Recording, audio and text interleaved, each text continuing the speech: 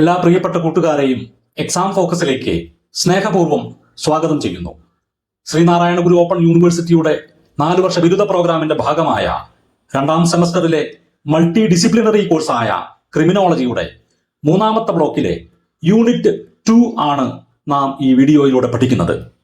പ്രിയപ്പെട്ടവരെ, ഈ വീഡിയോ നിങ്ങൾക്ക് ഉപകാരപ്രദമായെങ്കിൽ ഷെയർ ചെയ്യണമെന്നും നിങ്ങളുടെ അഭിപ്രായങ്ങളും നിർദ്ദേശങ്ങളും കമന്റായി രേഖപ്പെടുത്തണമെന്നും ലൈക്ക് ചെയ്തും സബ്സ്ക്രൈബ് ചെയ്തും പ്രോത്സാഹിപ്പിക്കണമെന്നും അഭ്യർത്ഥിക്കുന്നു. പ്രിയ വിദ്യാർത്ഥികളെ, ഈ യൂണിറ്റിലെ ചോദ്യങ്ങൾ ഒരു ഉപന്യാസത്തിന്റെ രൂപത്തിലാണ് ക്രമീകരിച്ചിരിക്കുന്നത്. ഈ ഉപന്യാസം പഠിക്കുന്നതിലൂടെ ഈ യൂണിറ്റിൽ നിന്നുള്ള പാരഗ്രാഫ് ചോദ്യങ്ങൾക്കും ഉപന്യാസത്തിനും ഉത്തരമെഴുതാൻ നിങ്ങൾക്ക് കഴിയും. ഉപന്യാസം: ഇന്ത്യൻ പോലീസ് സംവിധാനം, ചരിത്രം, ഘടന, ലക്ഷ്യങ്ങൾ. The Indian police system, history, structure and objectives. ആമുഖം: ഒരു രാജ്യത്തിന്റെ ക്രമസമാധാന പാലനത്തിന്റെയും ക്രിമിനൽ നീതിന്യായ വ്യവസ്ഥയുടെയും അടിസ്ഥാനമാണ് പോലീസ് സംവിധാനം. ഇന്ത്യയുടെ പോലീസ് സംവിധാനത്തിന് പുരാതന കാലം മുതൽ ഇന്നുവരെ നീളുന്ന ഒരു വലിയ ചരിത്രമുണ്ട്. ഈ ഉപന്യാസത്തിൽ ഇന്ത്യൻ പോലീസിന്റെ ചരിത്രം, ഘടന, ലക്ഷ്യങ്ങൾ എന്നിവ ലളിതമായി വിവരിക്കുന്നു. ചരിത്രപരമായ പരിണാമം, ഹിസ്റ്റോറിക്കൽ എവല്യൂഷൻ. 1. പുരാതന കാലഘട്ടത്തിലെ പോലീസ് സംവിധാനം, police system in the ancient period. ആര്യന്മാർക്ക് മുൻപുള്ള കാലഘട്ടം. മോഹൻജാദാരോയിലെ പുരാവസ്തു കണ്ടെത്തലുകൾ സിന്ധു നദീതട സംസ്കാരത്തിൽ ഒരുതരം കാവൽ സംവിധാനം നിലനിന്നിരുന്നു എന്ന് സൂചിപ്പിക്കുന്നു. വേദകാലഘട്ടം. ഋഗ്വേദത്തിലും അഥർവവേദത്തിലും പോലീസ് സംവിധാനത്തെക്കുറിച്ച് പരാമർശമുണ്ട്. ഗ്രാമത്തലവനായിരുന്നു ഗ്രാമത്തിലെ നിയമപാലകൻ. മൗര്യ സാമ്രാജ്യ കാലഘട്ടം. കൗടില്യന്റെ അർത്ഥശാസ്ത്രത്തിൽ ചിട്ടയായ കുറ്റാന്വേഷണ രീതികളെയും ചാരപ്രവർത്തനങ്ങളെയും കുറിച്ച് വിശദീകരിക്കുന്നു. നഗരാധ്യക്ഷൻ, ദുർഗപാൽ തുടങ്ങിയ ഉദ്യോഗസ്ഥർ നഗരങ്ങളിൽ നിയമപാലനം ഉറപ്പാക്കി. ഗുപ്തകാലഘട്ടം. വിഷയപതി, നഗരാരക്ഷക തുടങ്ങിയ ഉദ്യോഗസ്ഥർക്ക് ക്രമസമാധാന ചുമതലയുണ്ടായിരുന്നു. സംഘകാലഘട്ടം. തിരുക്കുറൽ, ചിലപ്പതികാരം തുടങ്ങിയ കൃതികളിൽ ജീവനും സ്വത്തിനും സംരക്ഷണം നൽകുന്ന കാവൽ സംവിധാനങ്ങളെയും രാത്രികാല പട്രോളിങ്ങിനെയും കുറിച്ച് പറയുന്നു. മുഗൾ കാലഘട്ടം. മുഗൾ ഭരണകാലത്ത് നഗരങ്ങളിലെ പോലീസ് മേധാവികൾ കൊത്വാൾ എന്നറിയപ്പെട്ടപ്പോൾ ഗ്രാമപ്രദേശങ്ങളിൽ താനദാർ എന്ന ഉദ്യോഗസ്ഥനായിരുന്നു ക്രമസമാധാന ചുമതല. ബ്രിട്ടീഷ് ഭരണം.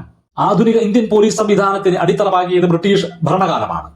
1857 1ാം സ്വാതന്ത്ര്യ സമരത്തിന് ശേഷം കാര്യക്ഷമമായ ഒരു പോലീസ് സേനയെ ലക്ഷ്യമിട്ട് 1861 ഇന്ത്യൻ പോലീസ് ആക്ട് പാസാക്കി. ഇത് ഇന്ത്യയിലുടനീളം ഒരു ഏകീകൃത പോലീസ് ഘടനയ്ക്ക് രൂപം നൽകി. എന്നാൽ ഈ നിയമം ആധുനിക ജനാധിപത്യ മൂല്യങ്ങളുമായി പൊരുത്തപ്പെടുന്നില്ല എന്ന വിമർശനം ശക്തമാണ്. സ്വാതന്ത്ര്യാനന്തര കാലം. സ്വാതന്ത്ര്യാനന്തരം ഇന്ത്യൻ ഭരണഘടന പ്രകാരം പോലീസ് ഒരു സംസ്ഥാന വിഷയമായി മാറി. CBI, CRPF പോലുള്ള കേന്ദ്ര സേനകൾ രൂപീകരിച്ചു. ഇന്ത്യൻ പോലീസിന്റെ ഘടന. ഇന്ത്യൻ പോലീസിന് കേന്ദ്ര സംസ്ഥാന തലങ്ങളിൽ വ്യത്യസ്ത ഘടനകളുണ്ട്. കേന്ദ്ര പോലീസ് സംഘടനകളിൽ CBI, CAPF എന്നിവ ഉൾപ്പെടുന്നു. സംസ്ഥാന പോലീസ് സേനയുടെ തലവൻ DGP ആണ്. അദ്ദേഹത്തിന് കീഴിൽ IG, DIG, SP, DYSP, SHO എന്നിങ്ങനെ വ്യക്തമായ ഒരു അധികാര ശ്രേണിയുണ്ട്. പോലീസ് സംവിധാനത്തിന്റെ ലക്ഷ്യങ്ങളും ചുമതലകളും എന്തെല്ലാം? Objectives and functions of the police system.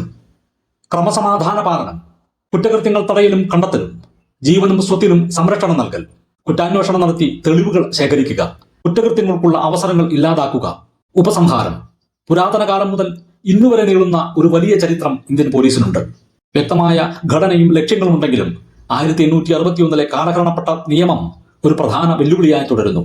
ആധുനിക ജനാധിപത്യ സമൂഹത്തിന്റെ ആവശ്യങ്ങൾ നിറവേറ്റാൻ പോലീസ് സംവിധാനത്തിൽ സമഗ്രമായ പരിഷ്കാരങ്ങൾ അനിവാര്യമാണ്. ഇനി ടെക്സ്റ്റ് ബുക്കിൽ നൽകിയിട്ടുള്ള ഒബ്ജക്റ്റീവ് ചോദ്യങ്ങളും അവയ്ക്കുള്ള ഉത്തരങ്ങളുമാണ്.